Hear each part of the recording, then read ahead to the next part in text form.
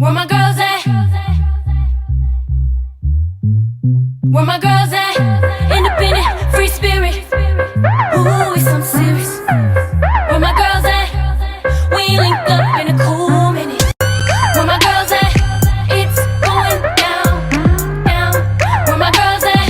It's going down, down. It's going down tonight. We going out tonight. Yeah, right. We going out tonight. It's going down tonight. Yeah, right. It's going down tonight. We going out tonight. Yeah, right. We going out tonight. It's going down tonight. Yeah, right.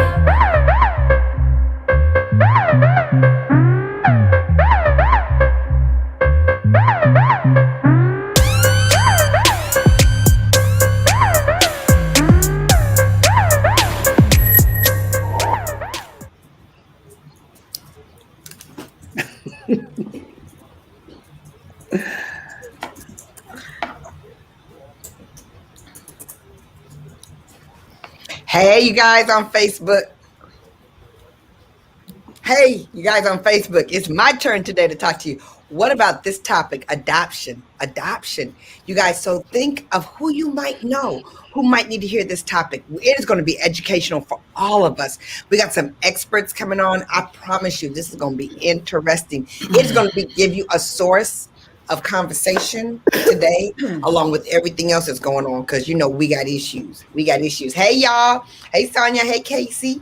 Hey, Kashana. Okie dokie. I'm loving it. I'm loving the hearts. I'm loving the emoji. Deanna. Oh my God. Yeah. Adopted my son and for all. We definitely want to hear from you. Definitely. You guys keep the chat going. We're glad to have you.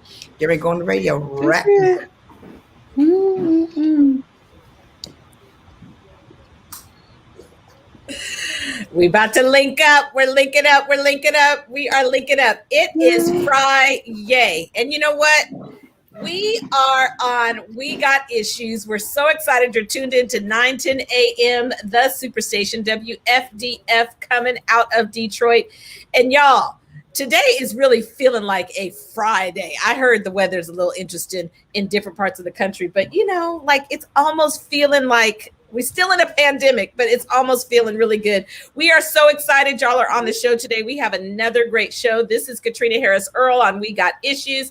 And I got my girls with me, Sabrina from Chapel Hill, Crisette, looking colorful as always from Detroit, Gloria and the color orange from Ellicott City, Maryland. And we promise all the time to keep it positive, powerful, but not Pollyanna. And we're bringing you another amazing topic. I promise today will be a lot of laughter. There'll be some laughter, but there really will be some life lessons that will make all the difference. We are talking about the adoption journey. We're talking about the adoption journey.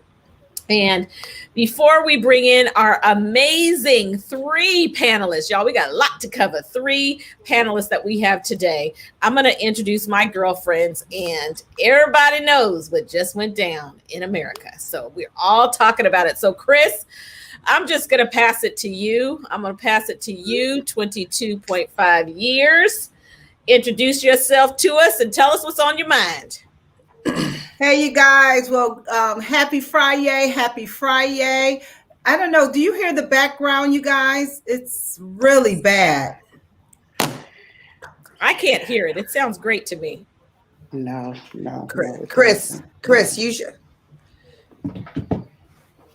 Okay, I'm going to pass it to Sabrina while we fix Chris's sound.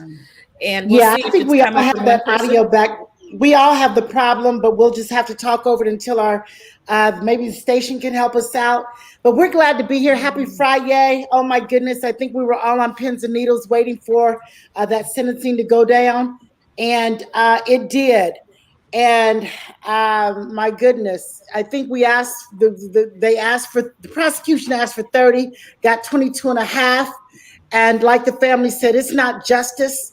It's a move in the right direction. This is the longest sentencing a police officer has ever gotten for a crime like this. And they said that if it would have happened sooner, maybe, you know, they wouldn't just do what they do and think that it's okay.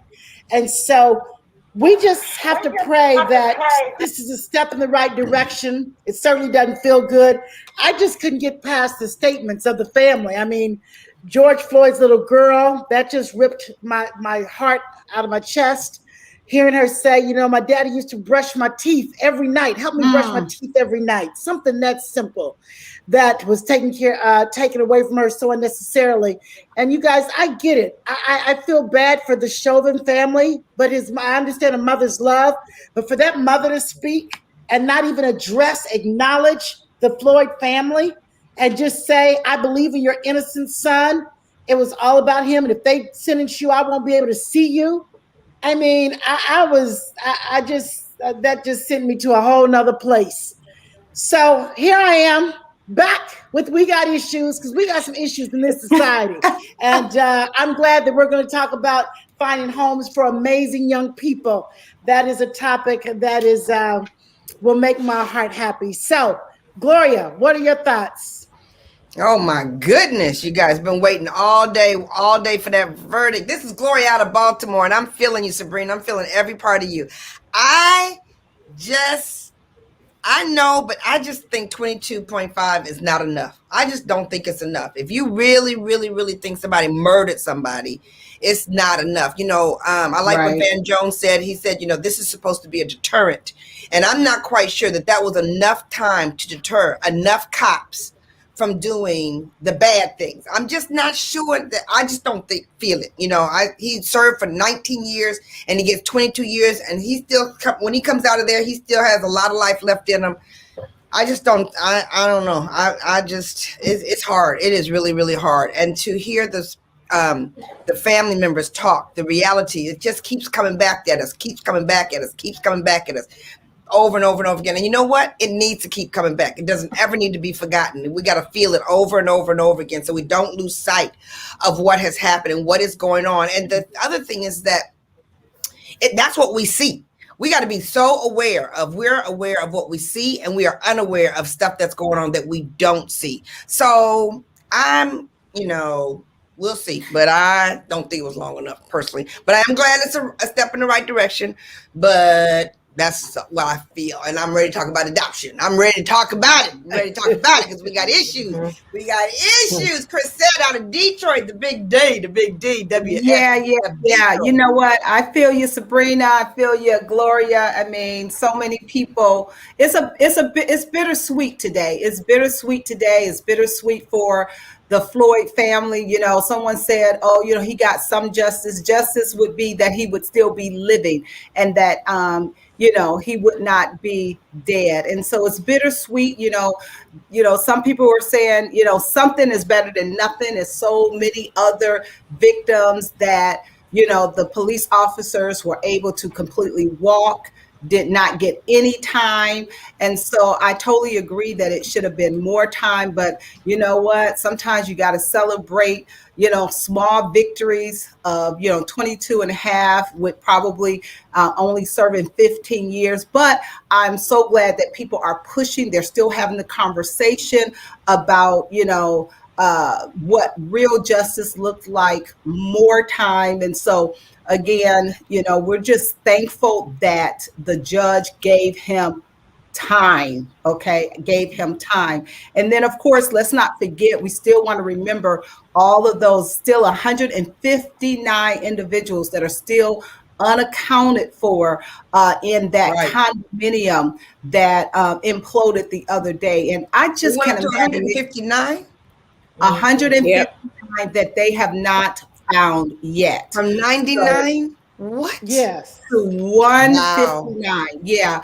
And so, you know, that's really heartbreaking. So many families, so many of them from Latin America, you know, they were there. And can you just imagine, you know, being in your bed at 1:30, 2 o'clock in the morning, and then bam. I mean, to see the footage is just unbelievable. So it's a lot going on, lots to pray for, and just want to keep them in our thoughts. But I am super excited about this topic. Thank you so much, Caterina, for bringing the adoption journey. So I'm throwing it back to you.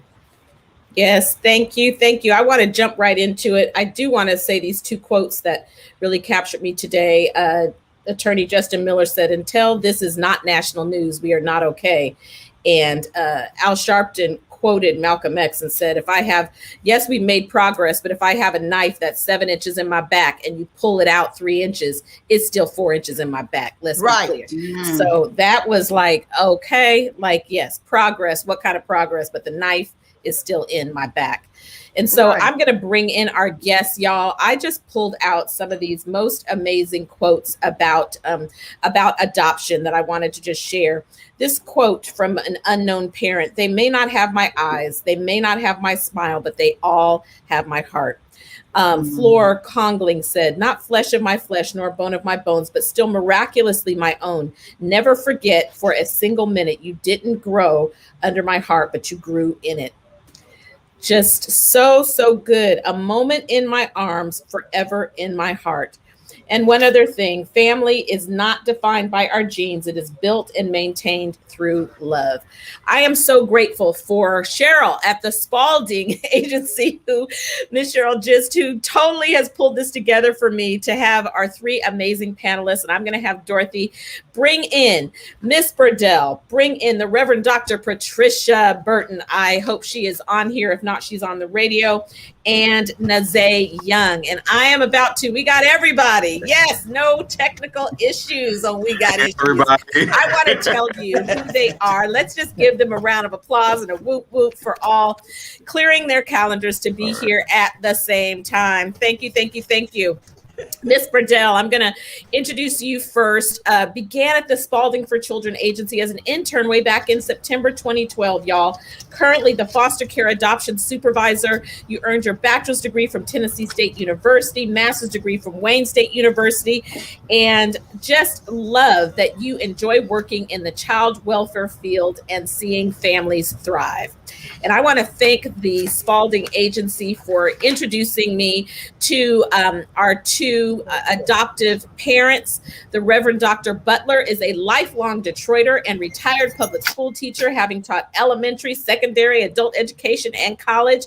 Served 12 years at the 3rd Judicial Court of Michigan as a domestic relations specialist. So not only a parent, Dr. Butler, but you can lend so much more to this conversation. Currently the pastor at St. Luke Tabernacle Church in Detroit for the past 15 years, and also the director of community development and outreach with the Cody Road Community Action Alliance, assisting with community realization and sustainability. So for people that think my life is too full, I'm too busy, how can I possibly adopt? Okay. I mean, seriously, Dr. Butler, you hold 5 degrees and this is your 3rd set of children that you are raising. Wow. And currently adopted your great niece and nephew and grandmother to 10, great grandmother to 3. Y'all, we got to give it up for the Reverend Dr. Patricia Butler. Yes. I'm like, woo! Thank you. Okay. And then we have adoptive father, Nazay Young. Nazay is a human resources consultant and owner of the Young HR consulting firm, specializing in professional development and leadership development. Got it going on. Mr. Young, you also work as a liaison to the Wayne County Health, Human, and Veteran Services Division. And so I am so excited that Mikhail is 3 weeks. You have had Mikhail since he was 3 weeks and currently is 4. And you also have your biological son, Aiden, who is 8 years old. And so we're welcoming all of you to the show. We have an amazing, amazing panel. And so first, I'm going to pass it to you, Miss Burdell, to just talk to us about the Spaulding Agency and adoption in the country, Michigan, and particularly among African Americans. I think if those of you, when you're not speaking, you might have to mute on your phone so it won't feed back into the radio. Just click mute on your phone, and then when it's your turn to talk, or I don't know if they can handle that at the station. So go ahead, Miss Burdell. We'd love to hear from you. First, I want to say thank you for reaching out to Spaulding and allowing us to participate in this wonderful program. This is definitely an honor. And I guess I'll just start with what Spaulding is, a child welfare agency. And we complete adoption and foster care. And we also have a prevention program. So I know today's show is about adoption. So I will move towards adoption, and I'll start with some statistics, and they are from 2019. But in the child welfare system in the state of Michigan, there were 11,671 children in the foster care system. Of that number, 28.8% were African American, and 3,818 were waiting to be adopted. Of that 3,818, 28.7% are African American. And there is definitely a need for adoptive parents. Here at Spaulding, our mission, we are committed to finding permanent homes for children. The focus of the program is the recruitment and development of foster homes for children in the child welfare system. Children, actually, how they enter the foster care system is as a result of neglect, physical abuse, and or sexual or emotional abuse. The need is for families to provide a safe and loving home and provide unconditional love for the children. So if you're interested in looking to become an adoptive parent, we definitely can assist with that by you attend the adoption orientation. With that, you will get information regarding adoption, what it looks like to be an adoptive parent, and kind of explains more so in detail some of the needs that the children have, so you can understand, is this something that you're really interested in doing? Because these children have been through a lot of trauma. Many of them have moved from different homes, several different homes. They've been in care, they've been removed from their parents. Obviously, parental rights have been terminated, so they're eligible for adoption. So it is something that you have to be willing and wanting and committed to doing in order to meet the children's needs. So you, like I said, you will attend the orientation, and then from there, if you are interested in adopting, you will become licensed. If not, that's fine. To adopt, you do not have to be a licensed foster parent. We can complete it's an intensive home study, and we will only complete it for adoption purposes. So there is also, if you don't become licensed, there is the Michigan Adoption Resource Exchange website. It's there for short. And on there, all the children in the state of Michigan that are awaiting an adoptive family are their photo listed on there. And there's a narrative about each child. And you'll be able to see and explore to see if any of those children are a match for you. Wow, we're going to talk so much about what does it take, what is the process like. I love the conversation I had with you, Ms. Burdell, about, because as I shared with you, being single for so many years until I was 45, not being blessed to have given birth to children, it did cross my mind. And I just heard stories about, oh my gosh, it takes so much. And I love how you said it really doesn't take as much. So we're going to break that down. We have a couple minutes before we go to break, and I'm going to bring in both Nazay and Dr. Butler afterwards to share their story. But can you just, Ms. Burdell, before we go to break, just tell us the basic difference between adopting through the foster care system and adopting directly? Okay, yes. So adopting through the foster care system, the child is more than likely already placed in your home.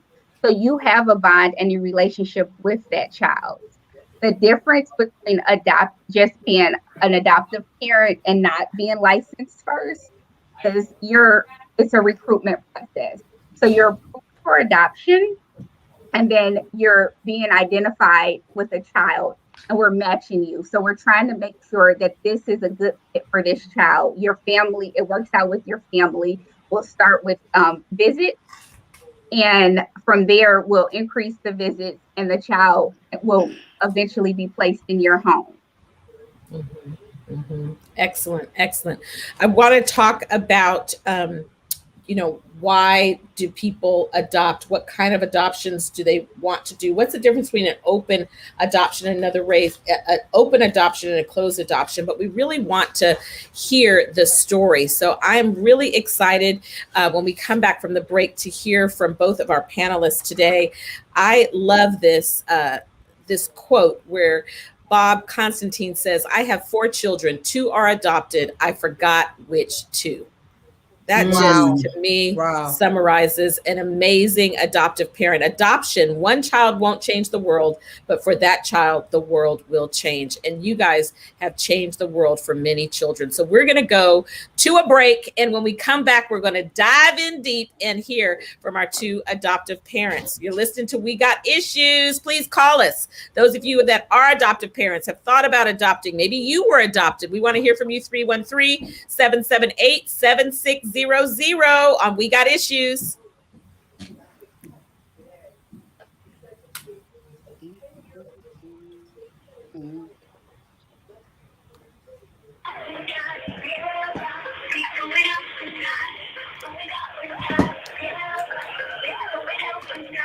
Hey, you guys.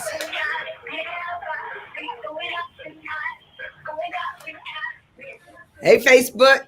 How are you? It's Gloria. Oh, my gosh. You guys, so much going on. Okay, so you know, when we started out the conversation about the verdict, that there was some controversial. So we're going to be having to go back there sometime next week. So tell your friends that love We Got Issues, we're going to deal with some issues today about adoption.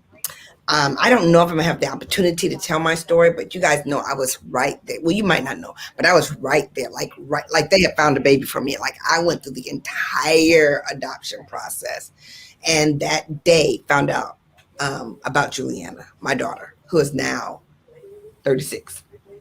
Right? So I cannot wait to hear about what's happened in the adoption process. You guys, yesterday, global warming, you know, it's just the topics are just so juicy. And the fact that you guys continue to check in with us, to chat with us and tell us all about it. You might know someone, or you might have been adopted. You might know somebody, or you might have been in the foster system. Foster care system. We really want to hear from some real life experiences. And then for us to have 2 parents here that have done adoptions, one multiple times, that's very interesting. I don't know what you guys have planned for the weekend, but I will tell you, I hope your weather is fabulous. I hope your weekend is incredible. And I hope we continue to pray for all those that are in Florida, because that is I did not know it went from 99 to 154. It's that super, super sad. I mean, just unbelievable sad. So I'm just coming in here. I'm listening a little bit for the radio to see if we're back on.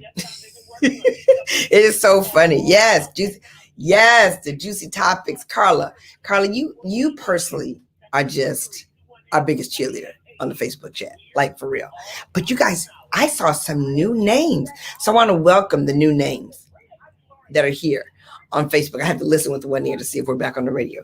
But I'm super glad that you're here joining us for the very first time at Force of Friendship. And from 6 to 7 every day, Monday through Friday, we are live with a different topic. So we ask you guys, what topics do you think would be good? We're thinking about military. We haven't covered the military yet. There's a lot. I keep writing down topics, and so that's a really good thing. But super excited. I'd love to know if you guys know people that are, my best friend. I forgot about this. My best friend growing up was adopted and found out when she was in junior high school. Okay, back to the radio. Oh my goodness, we are back on this Friday. It is so much happening in the world today, but I am telling you, we are making a difference. We're talking about making a difference in children's lives, babies, young children, young adults. We're talking about the adoption journey, and we have just been listening to Kelly Burdell representing Spaulding for Children out of Detroit. So grateful that they brought 2 of their adoptive parents, successful in their own right, and also amazing parents. And so, Dr. Butler, I'm going to go to you, and I would just love for you to tell us your adoption journey. We only have 35 minutes. It's going to be difficult. I actually adopted my 2 nieces first, and then JoJo, My little nephew came along, I think 2 years later. It was a process because they Wow. had different fathers. But the whole journey was one of discovery. I I was in their lives. I was there when they were born, because the mother is my niece. So these are my great nieces and nephew. Um, According to the family members, I was the only one able to take the children in, but I'm not the only adoptive parent because they have right now.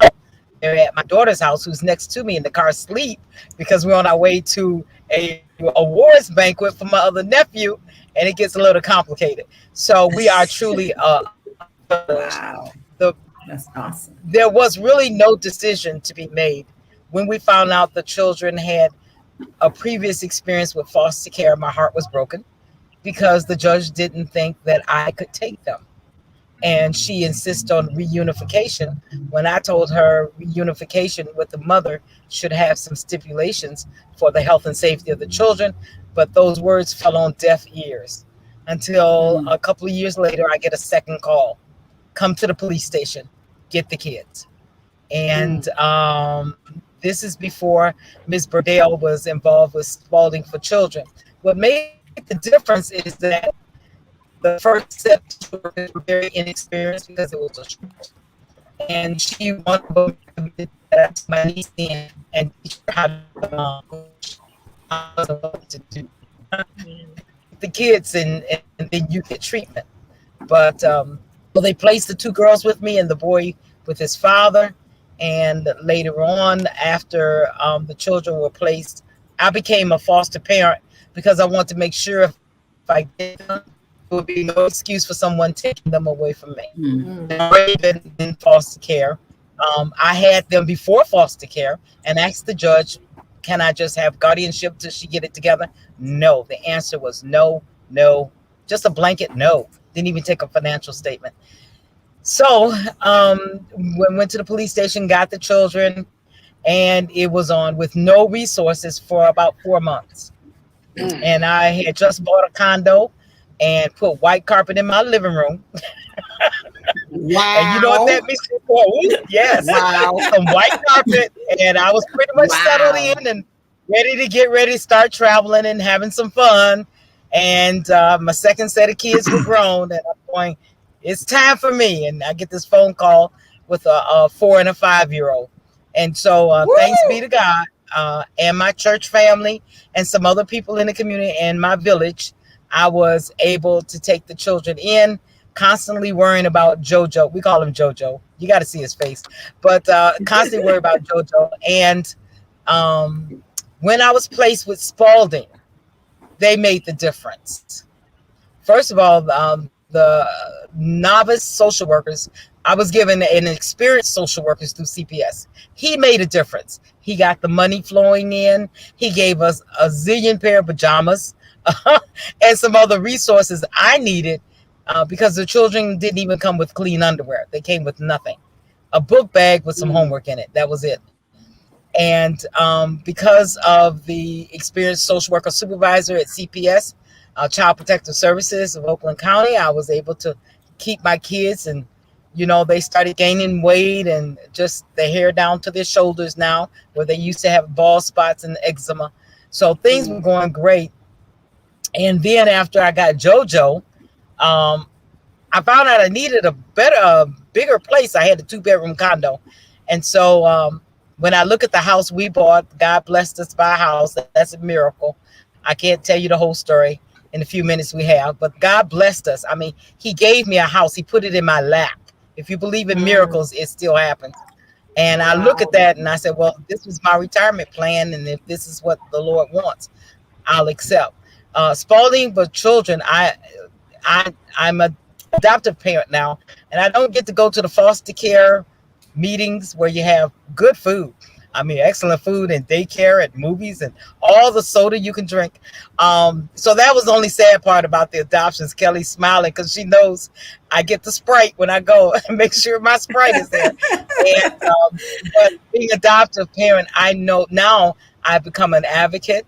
I've talked to people about the process of adoption and especially relative care. There are relatives and Wow. older ones and single men, women and men Right. that want to take their own relatives in, but the system works against them, and you need to know your rights. So the best thing I can do is to be an advocate and get the word out. The children are flourishing. They're in day camp. Josiah is writing his name, Ms. Burdell. He's writing his name. I love it. And they're adjusting, and I have full services because I had good social workers and advocates at Spaulding. So you have to have a very good agency behind you if you decide to do this. Just feel the hug from the girlfriends. I mean, I'm just so emotional hearing the story. And I know your story is one of, there are so many grandmothers, there are so many great aunts that are in your position, especially in our community. And we applaud you and we thank you for the difference you're making in those babies' lives. We just appreciate you. And I know that God had you, even with the white carpet. So again, in the future, Nazay, thank you, Jesus. your story. But I still have plastic on the furniture. Yeah. I still have plastic. Got it. Gotta have plastic now. All right. Everybody's great auntie had plastic on the furniture. Raise your hand if you Yes. had plastic on the furniture. Yes. Somebody in your family. Yeah. I'm going to Pick your go battles. to yes. I'm going to go to Mr. Young, and your story just inspired me. Hearing the story of a single man, hearing the story of how you went through the foster care system and what that meant. I just want, as you're sharing your adoption journey, Kiana Renee Johnson says, I'm desperately on Facebook. I desperately want to adopt. I'm trying to decide whether to go through the foster care system or through a private agency. I'm leaning towards foster care. So this just ties in with our conversation. Nazay, would you please share your journey? Can you hear me? Yes, you can. I can hear everyone. Hello I think you're again to muted everyone. on the phone, Nazay. We can't hear you. I think you're muted on the phone. Yeah, we got you now. Everyone Perfect. can hear me now? Okay. So yeah, hello again to everyone. I saw a couple people who shouted me out, Monet Harris, Angela, on Facebook and YouTube. Thank you guys. So I really think that there is a toss-up between, look, my little one is trying to slide in the camera, always wants some FaceTime. I think there is a tie between foster care and adoption. It depends on the way that you really want to come into it and what you want to get out of it. I can say that, my story, like I was sharing earlier, is a little unique. I have a cousin who has been fostering for, I would say, nearly 20 years now.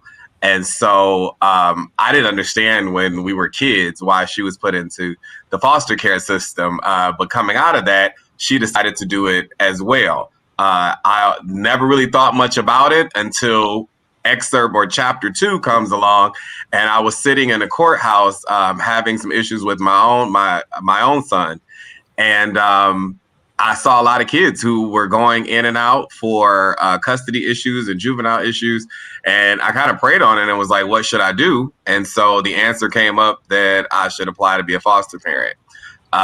And so I went in, I took the orientation class, and here we are nearly 7 years later, 13 kids under the age of 5 later, and 1 adoption. Wow. So, I had 13 children over the past 7 years in and out of my home. And I made that special miracle choice of the one who I've had since he was 3 weeks old and is affectionately named after me. He's Michael Nazay Young. So that's my pride. I call my oldest my pride, and my youngest is my joy. Oh, I love it. Beautiful. What a story. What a story. I'm going to bring. I will share with you. I will share with you the interesting part about this is that I actually started as a foster parent through Michigan Department of Health and Human Services, which was away from Spaulding. And that I went through the entire process of getting or going through foster care with my son now through MDHS. And right at the end, they changed the process to go over to Spaulding for the adoption part. So that is how I affectionately became acquainted with Kelly Burdell, who really was the smooth talker and walking me through the process. when I finished my adoption, Kelly will tell you, well, actually before I finished my adoption, I actually closed my license because I was so exhausted from the foster care process. And if it had not been for Kelly, I would not have reconsidered opening my license. The treatment and experience that I had at Spaulding has really been a lot different. And so, not to bash anyone, but I do think that when people who are considering adoption and foster care are navigating these roads, you need to choose the best agency for you. It's not just the child. It's also about choosing the best agency that's going to provide that support for you. So kudos to Kelly and the whole team at Spaulding. Oh my gosh, this is so good. I'm going to throw it to you, Crisette. Right before I do, Nazay, I just want you to tell that story you told me about some of the kids in juvenile, that sometimes we always, the way you were telling it, that sometimes we always have an image of how troubled children may be that are in the position of being adopted. And I just wanted you to share that perspective that you shared with me. Absolutely. One of the things I think a lot of people have a misconception about, especially within the Black community, is if you can't get a child while they're young, then it's not worth doing it. And so that loses out, well, a lot of children lose out on an opportunity at a great home, and we miss out on giving a child a great opportunity at life. And that's whether that's a teenager or a middle schooler. I was sharing earlier in the story about a young man who we have the stigma that teenagers are all juvenile delinquents or come from troubled backgrounds, and that's why they end up in the foster care and adoption system. And that actually isn't true. I learned that lesson the hard way myself. There was a young man that I became acquainted with and mentored for a short period of time, who grew up in a household raised by his grandmother, didn't know his biological mother, and hadn't had a relationship with his biological father. But his grandmother was his number one caretaker. And so she was the parent and provided pretty much a regular life. He had his own room, played baseball, played football, grew up regularly, and he had an aunt as a support system who lived in the house as well. Well, he was about 8 years old, and his grandmother got sick and passed away. And so his aunt became his caretaker. And based on the love and nature of that relationship, the aunt also passed away. And so here he is without a family member, and he was then placed in a group home because they could not find a foster home that would take him at the age of 10. And so since, we all as foster parents get a pick of, do we want to take a child or not? Is it a good opportunity or a good time? At the time, they couldn't find a home, so they put him into a group home. The young man was ill-equipped and inexperienced as far as how to navigate other troubled kids or kids with mental health issues or anything like that. So he had to learn how to be a teenager and an adult pretty quick, and also how to fend for himself. And so when I got an opportunity to meet this young man, he was 17 years old, and he'd seen a lot and been through a lot that the average kid probably would not have experienced. And so it became a challenge because I too would have looked at him and said initially, hey, I'm not taking an adult, teenage kid into my house. They're all going to create trouble. But here we have a young man who was just well-mannered with no place to go and put into circumstances that he wasn't prepared to navigate. Wow. Chris, I know I'm just imagining at Greater Grace Temple how many single adults, those that have, for whatever reason, that could benefit from Spaulding. You may even have some members that have been apart, but I know you got questions, and we just want to dig deep and answer some of the questions for those out there that are thinking, can I adopt? Should I adopt? What does it take to adopt? Well, first, let me thank Mr. Young and Kelly and Patricia for being on our show on today. Thank you so much for what you are doing, making a difference in these young people's lives. I know that, it takes a lot. It takes a lot to be able to open yourself up, open up your heart, and to allow someone else to have a part of that. And so we appreciate you, because when adoptive parents decide to do that, they're making our society better. That's one less child that's out in the street. And so it is a ripple effect when people choose to adopt. I know at our church, we've had so many different individuals come to the church.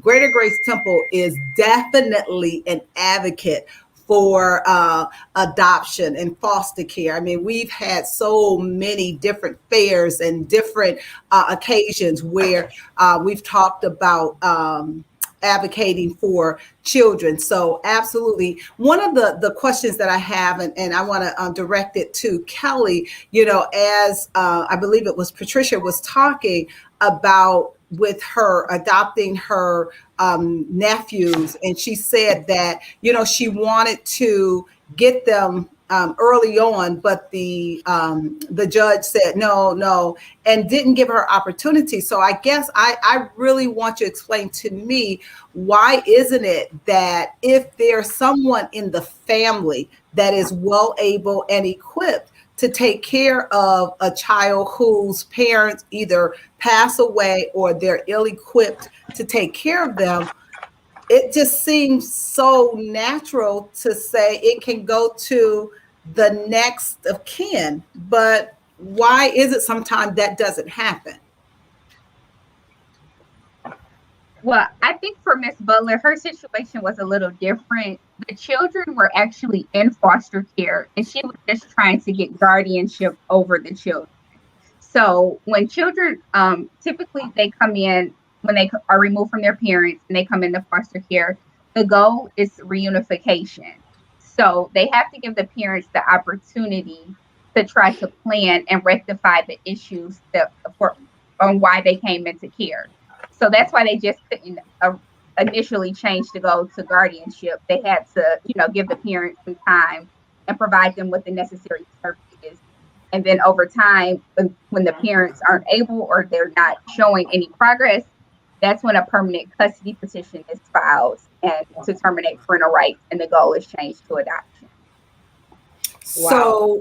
So just to follow up with that. So let's say the parents get an opportunity to come back or unify with their child and reconcile with their child, and they still are not equipped. Is the next of kin, are they higher when it comes to people that want to adopt this child? Does the next of kin, if they want to, are they given a greater opportunity to adopt that child?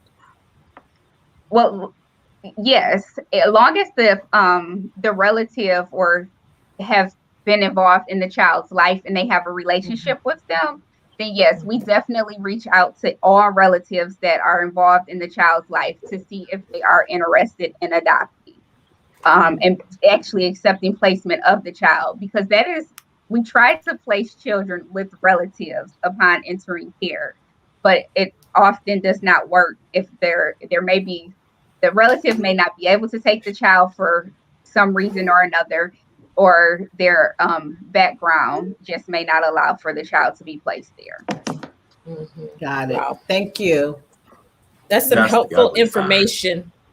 What'd you say, Nazay?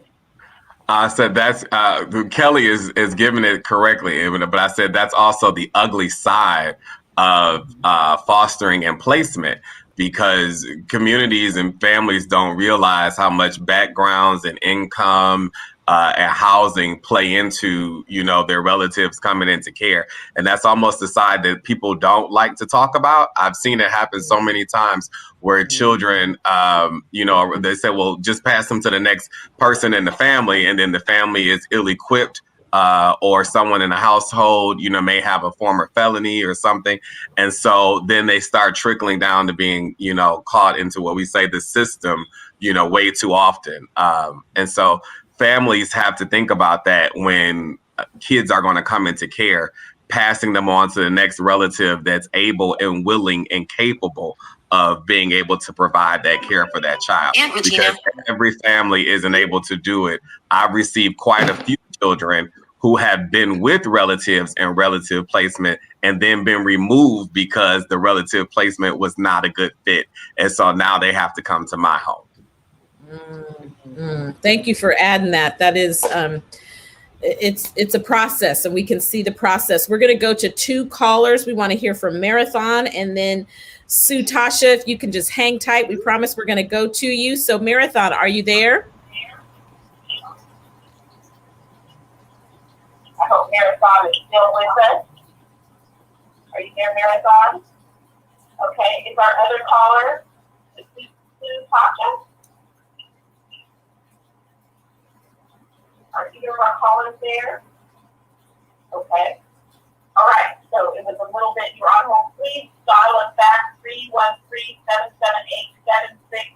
313-778-7600. We are talking here on about the adoption journey. And so, Gloria, just so much to add to the conversation. What, any experience, I mean, yeah, I mean, about for real. adoption. I've been here. Can you share just your like, muted, Gloria, on the phone? Oh, I'm unmuted. I'm sorry. Okay. I was really leaning in and listening because 30 years ago, I went through the entire adoption process. You guys, I had lost 3 babies and so went through the adoption process. So I'm so interested to hear about the changes over 30 years that have happened. But I solely remember going to the pre-meetings and was very intrigued by how much information they wanted to get from us and how we had to write these long documents about our situation, how many people had to be interviewed. I had no clue about what the adoption process was going to be like. And I think that there's still a lot of people that don't even know the process. So I'm so interested in how many people might not go through the process because they don't understand the process, and how people find out about the process. I don't find that when you go to a regular picnic or party or whatever, adoption is not part of the regular conversation. It is not an everyday conversation. And it sounds like with the numbers that you gave, Kelly, that it needs to be more of a regular conversation. And that still, I think, like my best friend was adopted, but she didn't find out until she was in junior high school, and she found out because she went through her parents' drawer, and then she found out she was adopted and blah, blah, blah. You know, so it's all these kinds of interesting things that happen in the whole adoption process that we have to enlighten people for. So I'm really glad you're bringing this to bear, Caterina, because I think that there's a lot of stories, positive stories, particularly in our culture, that have to be told over and over again. But honestly, just the conversation. Kelly, can you talk a little bit about that? How do we increase the conversation? Because I think the conversation and therefore the awareness is going to bring more people into the situation. Like people who can afford it, they may not think about foster care, not because they don't want to do it, they don't understand it. They like literally don't understand it. They don't understand the need for it. They don't understand the requirements for it. They don't understand the responsibilities for it. I mean, I just think there's quite a bit of interest, but no one's talking about it. Mm-hmm. Yeah, break it down for us. It could seem like a scary process for a lot of people. Make it unscary. I agree. Foster care and adoption, I feel like, are not talked about much at all. You rarely hear anything about it. And that is part of the reason why there's such a great need for foster parents right now.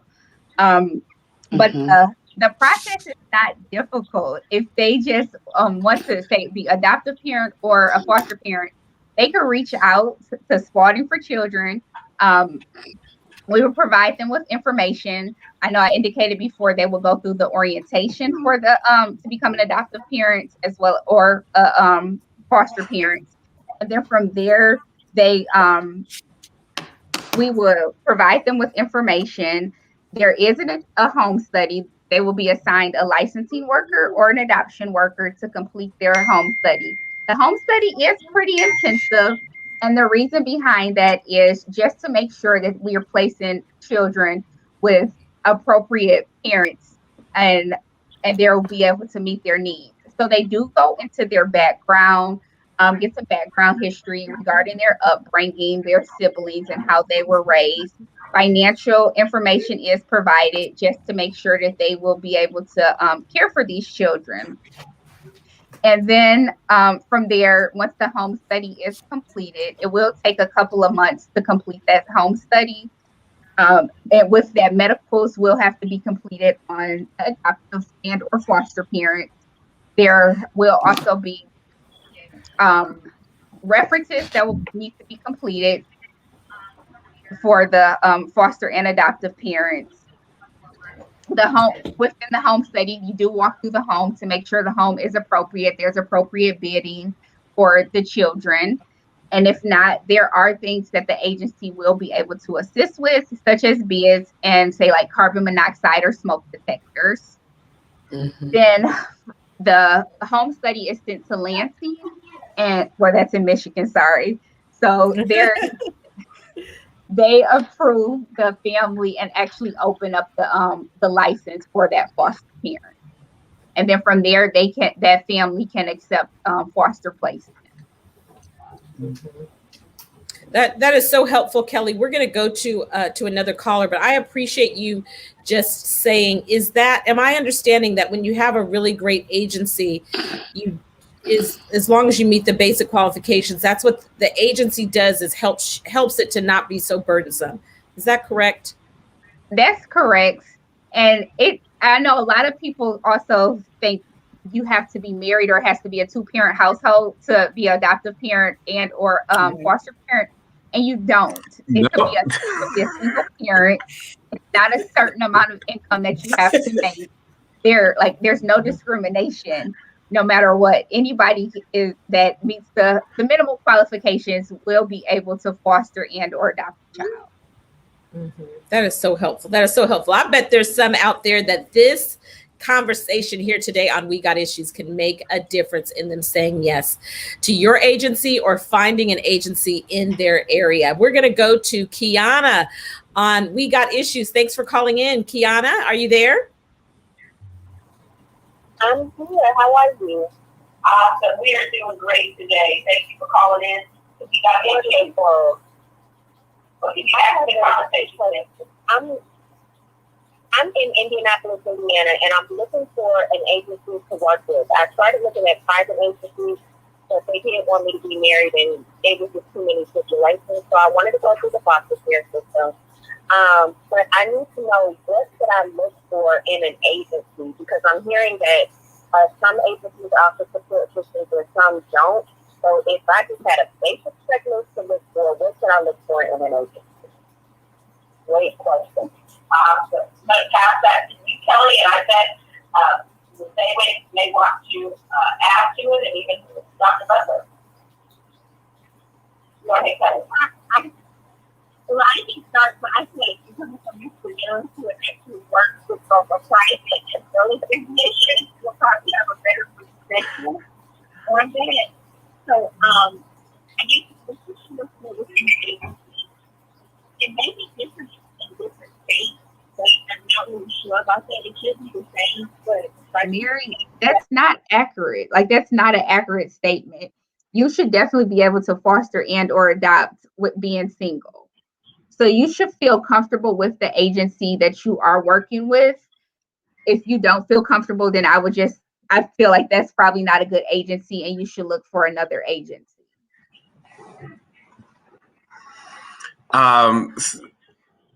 Yeah, okay, just to jump in on that, I think the best advice that I can give you first is look at the community that the agency is serving. So, you can always go in and ask questions or take a tour. You should pretty much know, based on your neighborhood and the community or the county that you live in, what type of families that the agency may be working with. That's for starters. The second thing that you want to look at is how much outreach the agency is doing. If you don't see them having, movie nights for the kids or inviting people to come by for toy drives or just the, meet and greet type of activities, then they're probably not really as outgoing or family oriented. So those are the first two things that I would tell you to look for. And then the third thing, and this again, I'm a straight shooter. Ask the people who work at the agency, when was the last time they fostered or adopted? And if you can't find anyone in the agency that was willing to take a child, then it might tell you a lot about how many children they're willing to give up. So those are, some of the things that I have looked at between being on both the private side and on the, on the public side of working, with both the state agency as well as working with a private agency. I can say, collectively in my time being with Spaulding, that I don't get an email blast, a month or bi-weekly that's not about some type of activity or, support that they're looking for or offering for the kids. And even when I don't have a child here, I'm still receiving those things to participate. So that's kind of the, and they're right here in the community. They've been serving the community right here in the Detroit area for, many, many years. I'll say that. I don't want to quote the wrong number. But those are the things that I would look for out of an agency. We love you keeping it real. We love you keeping it real. The client is going. We got to bring in Sabrina. I know you got a lot. Our time is short. I know, Kelly, you said that they look at financials. They want to make sure that the families can take care of the children. Does the state give a stipend when you take foster children into the home to help with the care of the children? They do? Yes. Yes. So the state does give a stipend. They do give a daily rate, which starts for children 0 to 12. The rate is $17.24 a day. I know it's not much, but it is something. And based on the child's needs, the level can increase. So you can get a higher level if the child has some needs or is involved in additional services. And then for children ages 13 and up, the amount does start at $20.59, and that will increase as well if the child is in additional services and if the child has needs. So there, like I said, I know it's not much, but it is. I'm jumping in. I love it. Don't do it for the money. I have to yell it. No. Don't do it. I know. I remember that. I remember there was like a negative connotation. There was a lady in my hometown. She always had a house full of kids. And the rumor was, she just does it for the money. She just does it for the money. And so I thought maybe that had changed since you said that you have to have financials to be able to take care of the kids. So, I mean, please, $70, you ain't doing it for the money. You can't even buy them a Happy Meal. Okay. Right. So we understand that. Exactly. Oh my gosh. My youngest has been in daycare, and I promise you, the state provides about $500, and that's a month, and his daycare bill is $125 a week. So I don't do it for the money. I think there's that old proverb that says, if you teach a man to fish or give a man to fish, he'll eat for a day. If you teach a man to fish, he'll eat for a lifetime. I kind of feel the same way about fostering. What people need to understand is, when Christmas comes around, don't just do a toy drive and donate a gift to a child or adopt a family. If you give a child a gift, they'll play for a day. But if you give a child a home, it'll make a difference for a lifetime. So Absolutely. I hear people, I hear people say all the time, like, I raised my kids. Like 10 more seconds. Oh, they say I've raised my kids. I'm tired. I don't have the energy. I can't do it anymore. And I always challenge them and say, so because you feel like you're tired, this child should just be able to go without? They shouldn't have a chance at life because you feel like you're tired today? You're tired, take a vacation and start over again. Don't rule children out. I am jumping in because we're at the end of the show. I feel like, Don Lemon on CNN jumping in. It is so good, you guys. It is so good. Your passion. There are times when the adoption process is exhausting and painful and makes you want to scream, but so does childbirth, y'all. This has been amazing. We thank you, Spaulding for Children. We thank you, Dr. Butler. We thank you, Nazay Young. We thank you, Kelly Burdell. Join WFDF 9:10 a.m. the Superstation as we air the Rocket Mortgage Classic live from the Detroit Golf Club. This event is scheduled for Thursday, July 1st, the 2nd, the 3rd, and the 4th. This event will air on the Superstation app and Sirius XM radio. We did it Friday. We will see you on Monday on We Got Issues. Thank you. No, Monday. Adopted. Monday this week. Yes. Thank you guys for being on. Hang tight for 1 second, panelists. Bye-bye to the radio. Thank you for listening.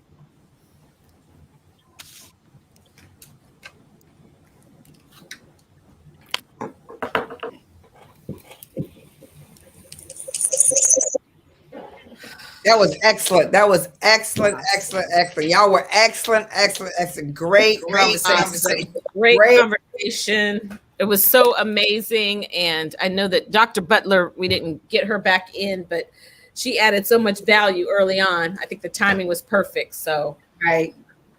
Kelly, we can't thank you enough. We cannot thank you enough. So I just ask one question for our Facebook audience? For those that are not in Detroit, clearly if they're in Detroit, they're going to call your agency. But if they're not in Detroit, where do you call? Like, where do you start to find the right agency, aside from just going to Google? I don't know if you can hear me. She may not be able to hear. So I'm going to ask her that question, you guys, and get her to, and just put that in the chat. Okay. Yeah. So I just Good idea. Yeah, a really good idea. Thank you. I pray this was inspiring for all of you. We appreciate you guys for listening in on We Got Issues. We will be here on Monday. See you later. Bye-bye. Bye. Bye. Thanks for having me. Thank